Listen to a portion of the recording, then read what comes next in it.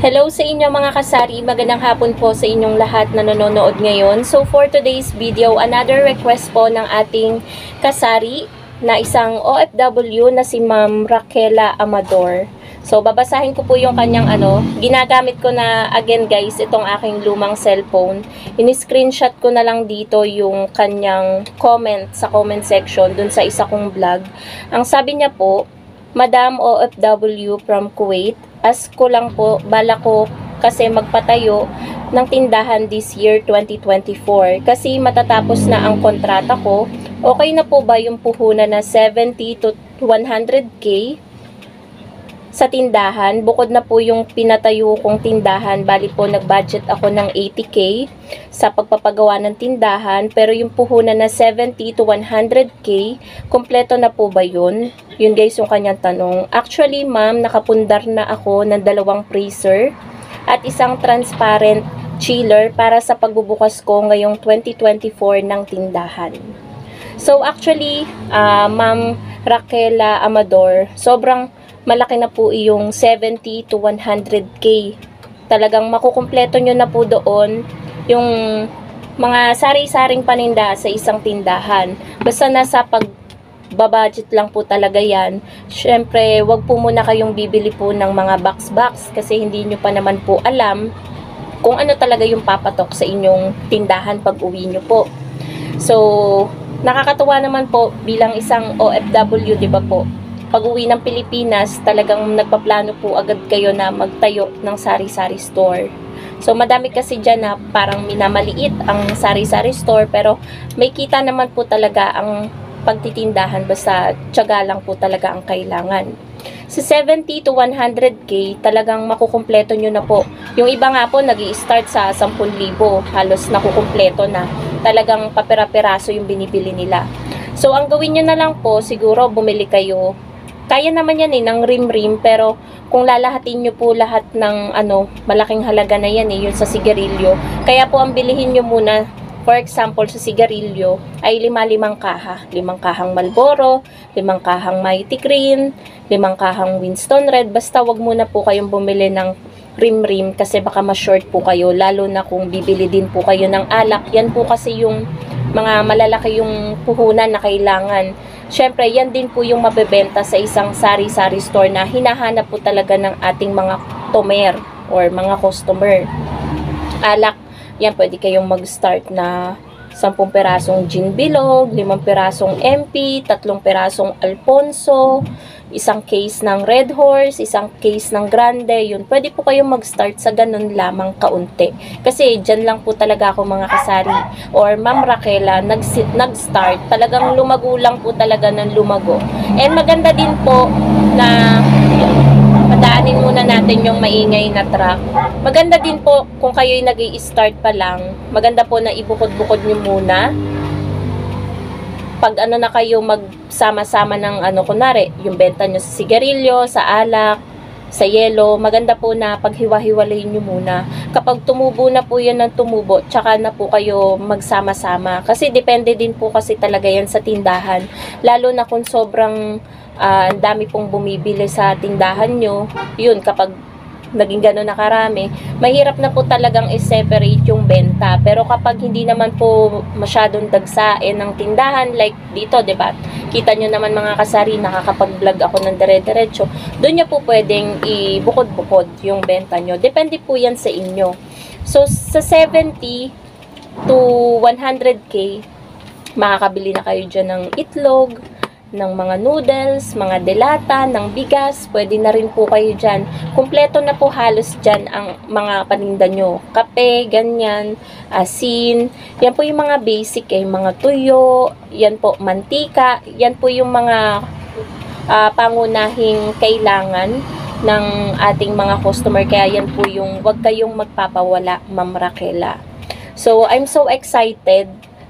Sana po mag-vlog din kayo para makita ko naman yung pag-uwi nyo dito sa Pinas, yung makita ko yung sari-sari store nyo, nakakatuwa. Kasi parang ang sarap sa feeling na magdi-display ka, tapos first day nyong mag-o-open ng tindahan, ganyan. Sa una po talaga, maliit pa yung benta nyo.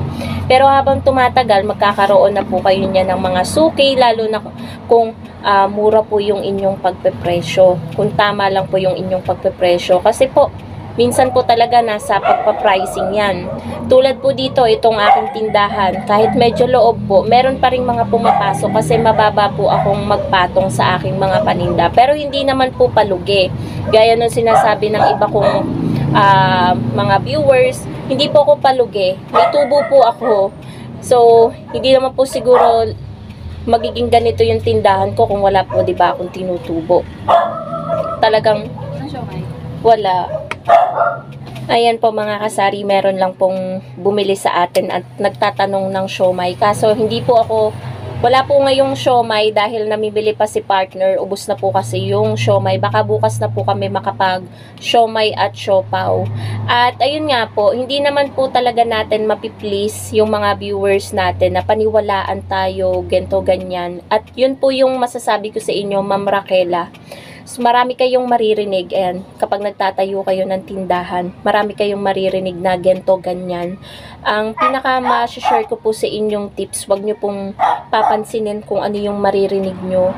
Ang lagi nyo lang pong papakinggan is yung inyo pong sarili.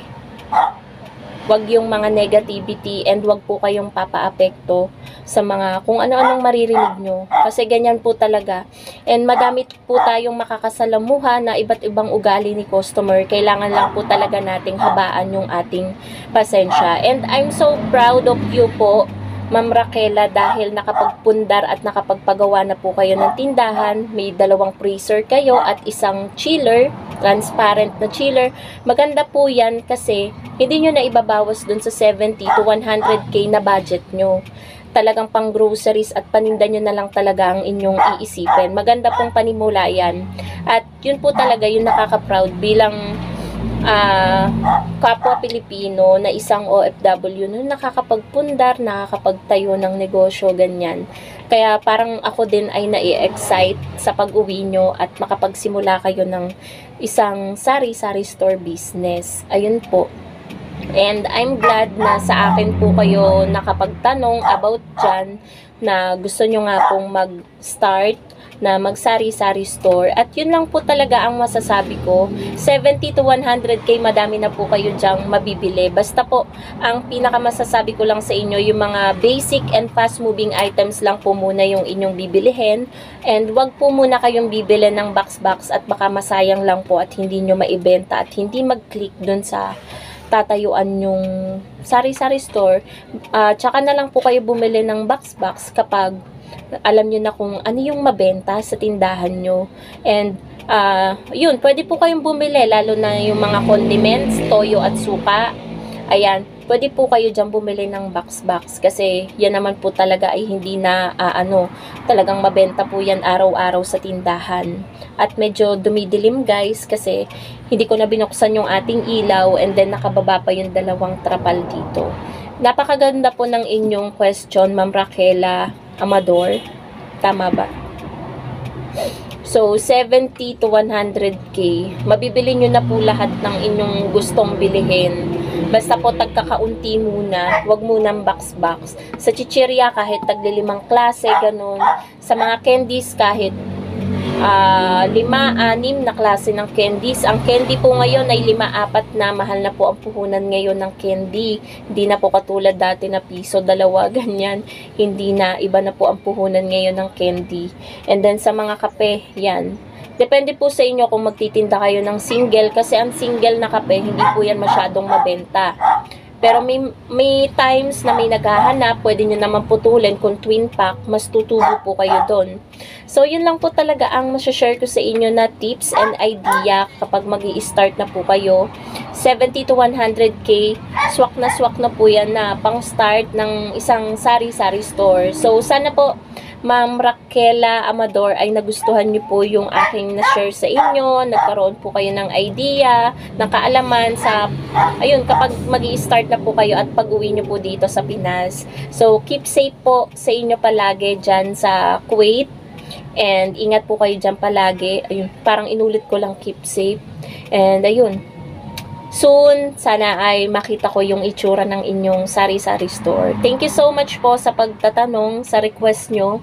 And ayun, sana manood po kayo parate ng mga vlogs na i-upload ko pa dito sa aking YouTube channel. So, dito ko na rin po tatapusin ang aking vlog. Thank you so much for watching and happy selling po sa inyong lahat. Bye guys!